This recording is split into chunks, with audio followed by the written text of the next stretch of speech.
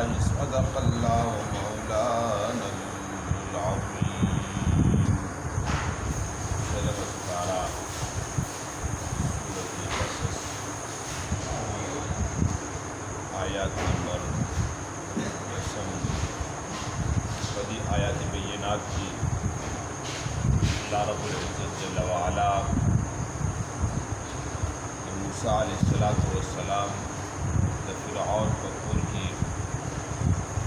د پالنې په حوالې سره الله تبارک وتعالى جل وعلا فرمایي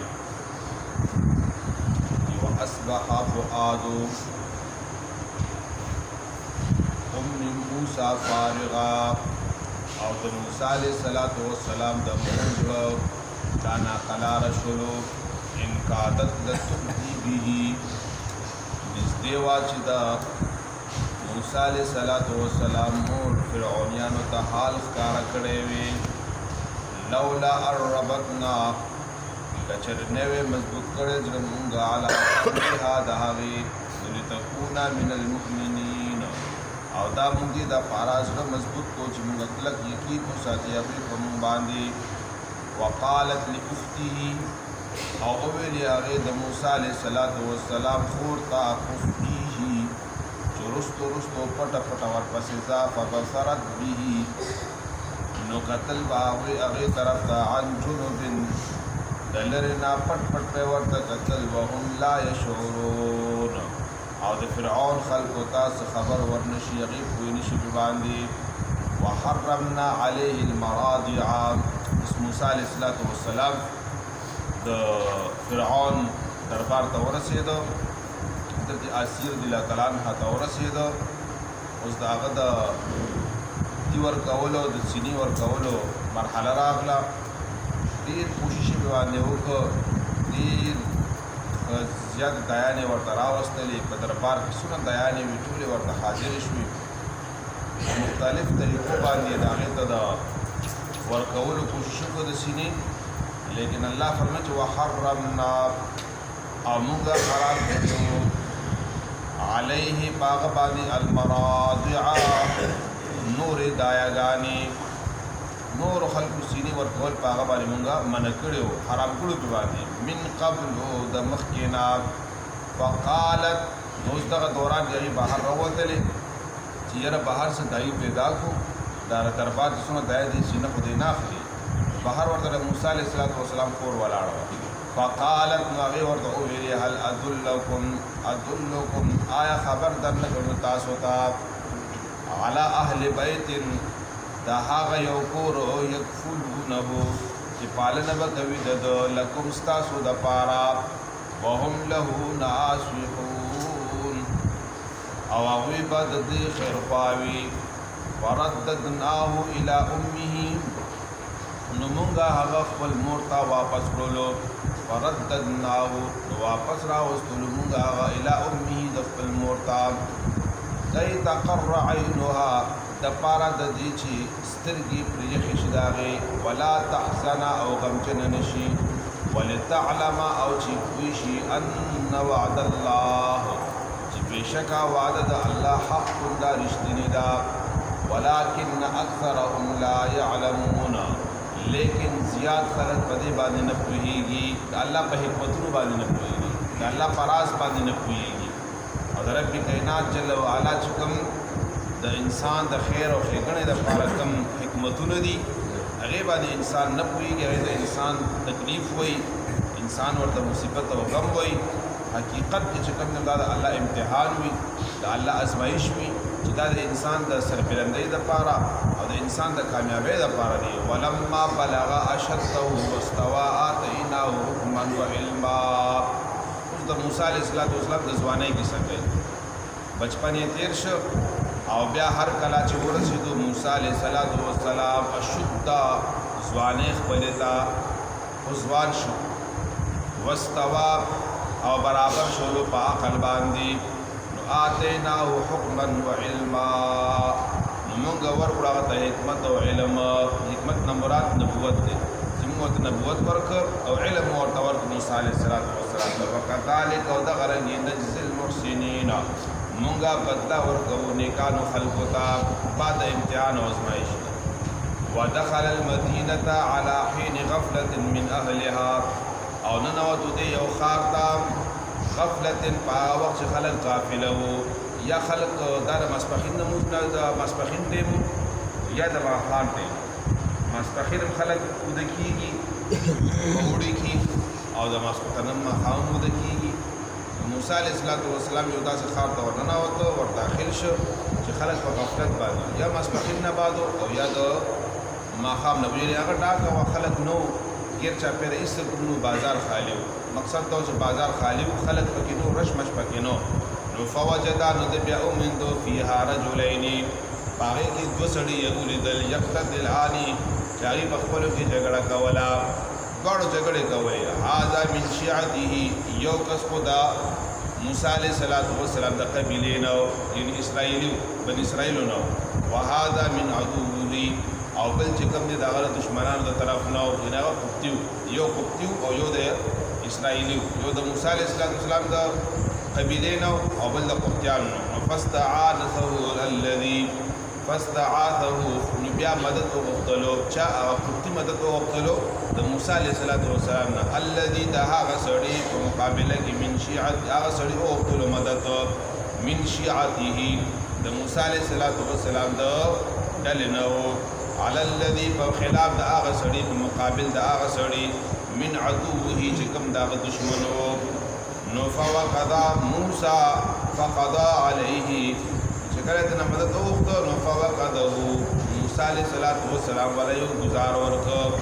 یوسف کې ولا ورکو موسی فقضا عليه نو هغه په هغه وخت چې کوم نه فیصله شولو وفات شولو مړ شو دا غینا قال هذا من عمل الشیطان موسی علیہ السلام ورنو فرمایل دا اراده خو نه ورده هغه فرمایي چې هاذا من عمل الشیطان چې دا هو عمل د شیطان دی دا هو شیطان کار دی ما خدا څخه نه وخت چې دې مرشي انه عدو بشکا هغه چې کوم د دشمن دی دا شیطان مضل چې گمراه کوون کې دی مبین خکارات قال ربي اویل موسی علیہ السلام زما ربا انی ظلمت بشک چې ما ظلم وکړو په خپل ځان باندې نفسي پزان خپل باندې فغفر لي نو بخنه وکړه ما تا فغفر الله نو الله تبارک وتعالى جل وعلا بخنه وکړه موسی علیہ السلام تا انه هو الغفور الرحیم بشک هغه هم بخون کې دی او مهربان دی قال ربي بما انعمت او ویل موسی علیہ السلام زما ربا فسبب دها انعام علی چې تا په ما باندې کړی دی فلن اكون ظهيرا للمجرمين وهرگز نکیږم زه مددگار للمجرمين د مجرمانو خلقو زب آیته لپاره هیڅ چرته د مجرمانو مدد ونه کړم موسی علیہ السلام دلته کې وسیله پیش کړي قال ربي بما انعمت ربا تا په ما باندې کوم انعام کړی دی تا نبوت را کړی دی حکمت را کړی دی زه نبی جوړ کړی ما نو د هغه نبوت په خاطر باندې رب کائنات ما ته مغفرت نصیب کا بخنه وکړه آینده د پاره ول د مجرمانو چې کوم دی نو زبداغي خلق بیا مددگار نه یم نو وسیله نیول فزاد د انبیاء کرامو فزاد د اولیاء کرامو فزاد د نیک اعمالو دا جایز او روا ده فزاد د نیک اعمالو خدا خو متفق علی دا د نیک اعمالو وسیله نیول لکه یو انسان نیک عمل کړي او د باندې پاره باندې مطمئن وي څنګه پر ریاض الصالحین کې هغه اوږد حدیث مبارک موجود دي چې هغه څلور کسانو او هغه په یو غار کې بند شو بیا هر یو خپل نیک عمل وسیله پیش کړي یا الله ما دا نیک عمل کړو ما دا نیک عمل کړو ما دا نیک عمل کړو او په نیک عمل کې وسلو خبرې وي اولنې خبر د نیک عمل چې کوي دا بل الله وي دا خالصتا د الله د پاره وي هغه نیک عمل هغه نیک عمل چې پای کې خلوص موجود وي هغه نیک عمل چې هغه د شریعت موافق وي هغه نیک عمل چې هغه کې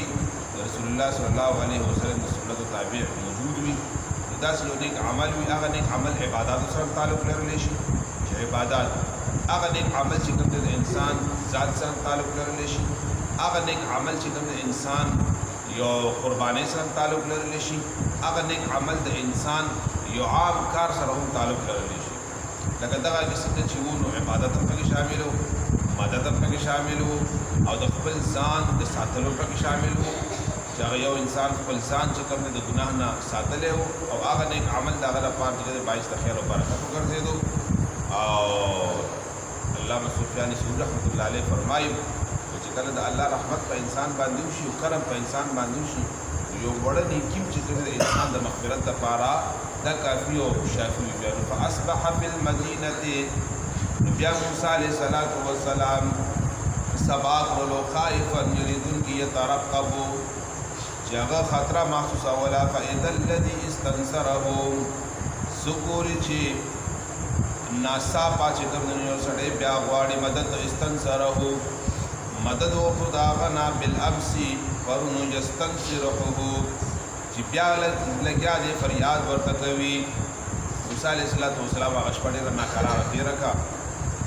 چې کله ناقراره تېره کړه چې سبا شولو بازار ته ووتو هماغه کس بیا لګیا دی چا سره په جنګ دی او د موسی علیه السلام نه بیا مدد غواړي شابه بیا زما مدد وکړه. موسی علیه السلام په آواز ډېر غټ شیطاني او ډېر غټ ظالمي. اوس تر دغه وخته پورې د موسی علیه السلام د خبره په راز کې وه کوفتي وجلی شوی خو چا ته پته نه دا چا وجلی دی ګرځي لګیا دي تفتیش شروع دی چې کس معلوم شي دا دونه نمک حرام او دومره ظالم و. هغه چې کله موسی علیه السلام نه اواز وکړ چې راشي زما مدد وکړه موسی علیه السلام ور روان شو او دلته هغه شیطان او ظالمي دا پرون زما باندې دست را باندې وجنون بیا ته چې کوم پچنګ شوی او جګړه ماري او بیا دې زمانه مدد وغوښته نو هغه ویریدو هغه چې ویل چې موسی علیه السلام ما پس را روان اوس ما وجني نو فوري چې شروع کړی چې دا وګوره پرونم ته سړی وجلې د قطبي وجلې دی او نن ما پس را روان نن ما وجني او منډه ته نو او قطبي چې کوم دغه بن اسرائیلی سره په جنگو هغه دا خبره اوریده چې هغه کله دا خبره اورید نو هغه کو تختید او لاړو د فرعون دربار ته او فرعون ته مخبري ورکړله. فرعون ته ویل چې هغه قطبي چې وجلې شوی او قطبیان چې کوم دا په فرعون ډېر ګران ځکه چې اکثر وزیران اکثر مشیران او اکثر د فرعون د دربار چې کوم غټ خلکو هغه ټول په قبطیانو هغه په هغه ګران وو هغه انتقام غوښتل او موسی علیه السلام نه یریدو باندې غوښتل چې موسی علیه السلام په وجه باندې زه قتل کوم. نو څنګه چې هغه ته خبر ورسېدو چې یاره کوم قبطي چې قتل شوی دی هغه موسی علیه السلام قتل کړی دا خو هغه وجلی دی. فوري طور باندې فرعون چې کوم دی نو اډر جاری کړ حکم جاری کړ شابه موسی علیه السلام راونیسئ او مال دربار ته راول چې هغه موږ قصاص واخلو بدله ترې نه واخلو دا قص چې کوم کس ته وجلی دی هغې کې یو کس ناست موسی علیه السلام ته خبر راورسېدو یا په وحي په ذریعه خبر راورسېدو دواړه روایات موجود دي خو هغه 400 خبر راورسېدو موسی علیه السلام ته چې دغه رنګ ستا خلاف فیصله وشوله مشرانو فیصله وکړه فرعونیانو فیصله وکړه او ته د دې نه خپې وباسه. موسی علیه السلام شپه په شپه باندې د مصر نه ووتو د مدین طرف ته روان شو. روایتو کې راځي چې فرشته راغلی وه اس باندې سواره او د موسی علیه السلام هغه له چې کوم دی نو لارې ورته ښودله هغه په ځنګلو په بیابانو کې ووتو لاړه د مدین د ښار طرف ته روان شي. تر دغه وخته پورې دا شهزاده و تر دغه وخته پورې دا په دربار کې به پاتې کېدو دا د بادشاه په دربار شهزاده و. هغه د سفر سختې چرته لیدلې وې هغه د ازمایښتونو چرته لیدلې وو. موسی علیه السلام پر سفر باندې په پیدا په منډه باندې او په تیز دو باندې په لاره به دعاګانې کولې او ښي او کس طرف ته به نه کتل سیده به چې کوم دی نو دی روانه او ځان یې رسولو مدین طرف ته نو خپې یې پولې شوې وې تکلیف کې ورته راغلی وو ازمایښتونه ورته راغلي وو. اگر چې موسی علیه السلام د الله نبي وو خو دا د الله قانون نه دی. الله العالمین جل وعلا خپل خاص بندګان او خپل نسبین خلک ډېر په امتحان کې اچي او ډېر په ازمایښت کې اچي چې د هغې مثال موسی علیه السلام ایوب علیه السلام ابراهیم علیه السلام اسماعیل علیه السلام حضرت یوشع علیه السلام حضرت نوح علیه السلام چې حضرت زکریا علیه السلام چې د هغې په سر باندې عرقې وستلی شو لاندې په بل طرف ته نه وویستلی شو په باوجود د دې نه هغې تکلیف برداشت کړ لیکن ناشکرۍ الفاظ یې ادا نه او د هغې لوی مثال د امام الانبیا احمد مصطفی جناب محمد رسول الله صلی الله علیه وسلم ذات مبارک دی. شاه ابي طالب چې کومه ګاټۍ 3 کاله دي نو هغه یو طرف ته کړ بیا د نبي علیه السلام ټولې زندګي بل طرف ته کړ د مکی معظمې چې کوم حالاتو 23 سال هغه یو طرف ته کا بیا د مدینې منورې 14 کاله جدا بل طرف ته کا د غرق او حد راوالی غزوات راوالی د نبی علیه الصلاۃ والسلام د مبارک د کور چې کوم حالات راواخلي بیا د ټول لوی خبره چې امام الانبیاء صلی الله علیه وسلم چې کوم ازواج مطهرات د هغې تکالیف راواخلي که بیا د بیبي فاطمه الزهرا رضی الله تعالی عنها تکلیف راوالی اگر چې آقا علیه الصلاۃ والسلام دا فرمایي چې انا چې والله یعطي وانا قاسم الله د بخاری شریف حدیث مبارک دی چې الله تبارک وتعالی راکوونکی دی او زه تقسیم کوونکی یم بارها طائف په بازار کې چې پهله نبی علیه الصلاۃ والسلام را قربان حکم کوي تاسو د طائف بازار پر دواړو غرو ترمنځ زمونږ راګیر بارها جبرائیل علیه السلام راغلی د هغه زمانه کې چې کوم وخت کې نبی علیه السلام د سخت زمانه او د مبارک چې کوم د دنیاوي او عارضي او ظاهري لحاظ د غربت زمانه و چې د خندق په موقع باندې نبی علیه السلام ګېډې مبارکې پورې پکاڼې تړلې وو چې صحابه کرام ته د جعفر طیار ول روټه وکړه چې کله هغه چهره مبارکه د آقا علیه السلام وکتله چې دا خو پته نشته چې څو ورځې شوي دي چې نبی علیه السلام روټۍ نه ده خوړلې او د هغې مبارکو هغه د بشریت تقاضا او د ښودلې دپاره او د امت تر تعلیم ورکولو په خاطر باندې هغې مبارک ته پته ولګېده چې آقا علیه السلام خوړلي نه دي هغې مبارک آقا علیه السلام سره کیم نه ناست صرف دوره ورته وویل چې زما یو خواهش دی او ارمان مې دی چې څه شی خواهش دی خواهش مې دا دی چې تاسو زما کور ته راشئ او ما سره دعوت زما قبول کړئ نبی علیه السلام په هغه وخت کې چې کوم دی نو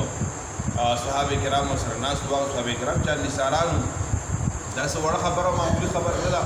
نبی علیه السلام سره ټولو صحابو لویې قربانیانې ادا کړې دي ډېرې لویې قربانیانې ورسره ادا کړې چې کوم د هغه سره ملګري وو هغه کوم صحابه کرامو کوم د نبی علیه السلام شاګردانو او که نبی علیه السلام به سخته برداشت کول نه هغوی به ورسره سخته لږې او تندې برداشت کولې نبی علیه السلام خوشحاله شو وفرمایل چې ډېره ښه ده نبی علیه السلام ځان سره خپل جانثاران صحابه کرام بکر صدیق علي شیر خدا عثمان غني ابن عباس د هغې تره مبارک داسې صحابه کرام ورسره وواته صحابه کرام ورسره روان شه جعفر طیار کور ته لاړ هغه چې کوم نه په منډه منډه چیلې بچی چې کوم دی نو کور کې وه هغې را ونیوله هغې چې کوم دی نو حلاله کړه پخی کړله نبی علیه السلام یې راوسته هغې په دسترخوان باندې چې کله وی کېناسته نو صحابه کرام خوشحاله وو چې اووه ورځې بعد یو هفته بعد ورته خوراک میلاوي که نه میلاویږي دغه انسان د برداشت نه بهر دغه وخت صبر کول او نبی علیه السلام چې کله هغې ته په روټۍ باندې دغه کېغوستلو قدام کېغوستلی شو نبی علیه السلام به قدام ډېر زیات خوړلو او قدام د هغې خوښ قدام چې کوم دی د ځناور چې کوم مخکینی حصه ده مخکې چې کوم د هغې پتون دی دې ته قدام وي دغه د هغې به نبي علیه السلام چې کوم دی دغه به ډېر زیات به خوړلو نو څنګه ورته کېغوستو نبي علیه السلام مبارک چې کوم دی نو هغې په سترګو کې اوښکې راغللې هغې ته په ډېر زیات خفه شولو په ژړا شو نبي علیه السلام صحابه هم حیران شو چې څه چلو شو چې نبي علیه السلام باوجود د دې نه چې ډېر زیات اوږې دی ډېر زیات تکلیف دی ورته اوس دی په ژړا شه نبي علیه السلام یو روټۍ راواخېسته او په هغې باندې غوښه کېغوستله او علي شیر خدا له ورکړه علي شیر خدا لاړ شه په کور کې فاطمه الزهرا رضی الله تعالی عنها او نور اهل بیت لکه زما غونته اووه مورد هېڅ نه دي خوړلې په اوبو باندې ګزاره کوي په کجورو باندې ګزاره کوي هېڅ نه دي خوړلې ما له هغې چې کوم دی نو خفګان راوسته ورشه هغې لږ چې کوم دی نو دا لږ یوسه چې هغې خېټې ته پسې کوز شي نو داسې حالات هم په نبي علیه السلام باندې تېر شوي دي دومره سخت حالات هم پرې تېر شوي دي او بیا داسې وخت هم پرې باندې راغی چې مدینې منوره ده مسجد نبوي دی حرم شریف دی او پکې د سرو زرو د سپینو زرو ډېرونه لګېدلي دي غټ غټ ډېري پکې لګېدلي دي داسې وخت په اسلام راغلی دی او داسې وخت په اسلام راغلی چې شاه ابو طالب کې نبي علیه السلام په ذات خود مبارک چې کوم دی نو غیاګانې خوړلې دي موسی علیه السلام په دې سفر کې مکمل هغې مبارکو غیاګانې خوړې د هغې چې کوم دی نو رنګ یې شین شوی د هغه غیاګانو د وجې نه چې کومې غیاګانې موسی علیه السلام په دې سفر کې خوړې لاړو هغې دغه ته ورسېدله په لاره کې روان دی په لاره کې ورله چې کوم دی نو مخې له کوې ورغه اوبه څښلو دپاره هغه کوې باندې لګیا دي شپونکیان دي ځناور خلک خپل اوبه کوي او اوبه وله ورکوي یو دوه ماشومانې دي هغه یو طرف ته یو چیلی ورسره دي موسی علیه السلام تپوس وکړه چې تاسو ولې یو طرف ته یې یاره مونږ را کوې نه اوبه راویستې نه شو په برکه باندې زور نه شو کولی نو مونږ انتظار کوو چې کله دا خلک خپلو ځناور راور ماړه کړي نو بیا د هغې نه پس به مونږ ورشو او مونږ به هغه پاتې اوبه چې کوم دی نو خپلو چیلو میلو له ورکړو ولې یاره زمونږ پلار چې کوم دی بوډا دی هغه شیخ کبیر دی هغه چې کوم دی نو اوس نه شي کولی داسې موسی علیه السلام د هغې سره مدد کوي هغې سره مدد وکړه او د هغې هغه اوبې چې کوم دی نو هغه له ورکړي نو دغه واقعه په دې آیات بینات کې را الله تبارک وتعالی جل وعلا بیانوي چې هغه وخت کې فلما ان اراد ان يبطش بالذي بیا هر کله چې اراده وکړي موسی علیه السلام ان يبطش بالذي چې ونیسي هغه سړی هو عدو لهما چې هغه دشمن دی د دې دواړو نو قال نو ویلي هغه اسرائیلي چې د چا مدد ته روان دی ځکه چې هغه د حدیث مبارک هم جو حقیقت هم دی او غالبا په دې باندې امثال موجود دي هر ژبه کې تمہاری چې کوم دی یو مطلب موجود دی یو چا سره ښېګڼه وکړي که د هغه شر نه به ډېر یارېږي چا سره چې ښېګڼه وکړي نو که دا چا سره تا ښېګڼه وکړو دا نمک حرام وي او دا چا سره تا ښېګڼه وکړو دا انسان چې کوم دی اصل نی بد اصل وي دې به تعالی ډېر تکلیف در رسوي ځکه فرمایي چې تاسو چا سره ښېګڼه کوئ که نو د هغه د شر نه به یارېږي حدیث مو د عربی کې دی الاقرب کالعقرب چې کوم ستا ډېر نږدې وي او کوم سره ستا ډېر ښېګڼې وي او دا بد اصل وختو او دا بد نسل وختو او دا نمک حرام وختو نو کالعقرب نو بیا فرمایي دا په شان د لړم وي دې بدله بیا ټکونه درکوي نو دې د وجې نه چې چا سره ښېګڼه وي کوي که نه د هغه شر نه هم بیا یاري مطلب دا دی که هغه بد اصل وختو او نمک حرام وختو بیا بدله تکلیف ډېر درکوي نقصان بدله بیا ډېر زیات درکوي ځکه چې هغه ته ستا هر څه معلوم وي او دشمن خو تا باندې اله غالب راتلی چې دشمن ته کله ستا رازونه معلوم شي کله دشمن ته ستا لارې معلوم شي شپې ورځې معلوم شي دشمن په تا باندې بیا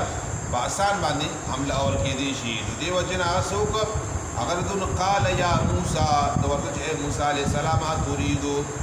آیا ته غواړې ان تقتلني چې ته ووجنې ما لره کما قتلت نفسا بالامس لکه څرنګه چې پرون تا بل وجلی و اوس ما هم داسې وجنې راز ښکاره کړه ان نريد الا ان تكون جبارا نه غواړې ته مګر چې شي ته د جبارا د زورورو خلکو نه په ځمکه باندې وما تريد او نه غواړې ته ان تكون من المصلحين چې ته د اصلاح کوونکو نه شي نو وجاء رجل من اقصى المدینه نو راغی یو سړی د آخر سر د هغه ښار نه یسعی رامنډې وهلې قال یا موسی چې ای موسی علیه السلام ان الملأ یأتمرون بېشکه سرداران چې کوم د فرعونیانو دي یأتمرون مشوره کول هغې بکا ستا خلاف لیقتلوکا چې تا قتل کړي د فرعون د دربار نه ورته خبر راغی فخرج انی لک من الناصحین نوزت د دې ښار نه بېشکه زه نصیحت کوونکی یم تا ته ستا خیر خوا یم زه در خیر خبر وړم ته د کل مصر پرېږده لاړ شه د مصر نه کني وجنې دي ګوره دا خلک نو فخرج منها خائفا نو ووتلو موسی علیه السلام د هغه ښار نه یریدونکي یترقبو چې کتل به هر طرف ته قال ویل به ربي نجني ای رب راکه ما ته نجات من القوم الظالمین ظالمانو خلقنا ولما توجه تلقاء مدین او هر کله چې هغه بیا ووتو روان شولو دا طرف د مدین طرف ته نو قال عسى ربي نو ویل چې رب امید دې د ما ان يهديني چې وبخایي لاره ته سواء السبیل نېغه لاره ماته ولما ورد ماء مدین او کله چې د مدین د اوبو غاړې ته ورسېدو کوي ته ورسېدو نو وجد عليه امه من الناس نو وموندل هغه هلته کې یوه ډېره لویه ډله د خلکو نه یسقونه چې اوبه یې ورکولې خپلو څاروو ته ووجد من دونهم او هغه وموندل بیا هغه دوه د هغې طرف د امرأتین دوه ښځې د سوداني چې هغوی به خپلې ګډې چې کوم دی رامنه کولې قال ما خطبکما موسی علیه السلام تپوس کوي څه حال دی ستاسو قالتا هغه دواړو ورته وویلې لا نسقي چې مونږ اوبه نه ورکوو حتی تر دې پورې یصدر الزرعاء چې راوباسي دغه خلک دا خپل څاروي و ابونا شیخ کبیر او زمونږ پلار چې کوم دی نو هغه ډېر زیات بوډا دی فسقا نو اوبه اوس کولې موسی علیه السلام لهما د هغې دواړو باندې د هغې دواړو په ځناورو باندې ثم تولا بیا واپس شولو الی الظل خپل سوري طرف ته لاړه وقال ربي اني لما انزلت الي من خير فقير پس وی ویل ای رب زما بېشکه زه هر هغه څیز نه چې نازل کړی دی تا ما ته من خیر د خیر نه فقیر د هغې زه محتاج یم یعنې ای رب زه تا ته محتاج یم نو دغه ونه اوس هم چې کوم دی مسجد په ښار کې موجود ده او تکه شنه ده او قل سر شنه وي دا په موسی علیه السلام باندې د سورې راوستی و موسی علیه السلام چې خیر ښېګڼه وکړله بیا هغه سوري طرف ته لاړلو اول ته چې کوم دی نو کېناسته او هغه ونه چې کوم دی نو هغه باندې شنه شوله او هغې د لاندې چې کوم دی هغه آرام وکړو نو بیا صحابه کرامو کې حضرت ابن عباس رضی الله تعالی عنہ چې کوم دی نو مصر ته تللی و او هغې فرمایلو چې هغه ونه ما ته وښیي چې موسی علیه السلام ورلاندې ناسته کړې وه نو هلته کې چې بیا کله هغه لاړلو هغه سره خپل چې کوم څاروي هغه ونې سره وتړلو هغه څاروي له هغه ونې نه خوراک ورکړو چې خوراک یې وله ورکړو ډېر خوندونه پرې ووال ډېر کوشش یې پرې وکړو خو هغه یې تېر نه کړی شو تر نن تاریخه پورې د هغه ونې نه هېڅ یو ځناور چې کوم دی نو یو شیز نشي خوړی هغه ازمېږي نه هغه د موسی علیه السلام معجزه ده او د موسی علیه السلام هغې لاندې آرام فرمایلی د انبیا کرام علیهم السلام چې چېرته کې ولاړ شي هغه مقدس مقامات ګرځېږي په مدینه منوره کې د نبي علیه السلام 300 مقاماتو باندې دغه فرمایلی ده 300 مقامات د هغې د ناستې ځای نه د هغې د ولاړې ځای نه د هغې د تمې ځای نه چې هغه اوس هم په مدینه منوره کې تاریخاً چې کوم دی هغه موجود دي او د هغې څوک نام و نشان نشي مټولی ځکه چې دا د نبي علیه السلام زنده جاوید معجزې دي دا قیامت ته پورې د اقال السلام د نبوت چرچه به دا به روان وي صلی الله تعالی علی خیر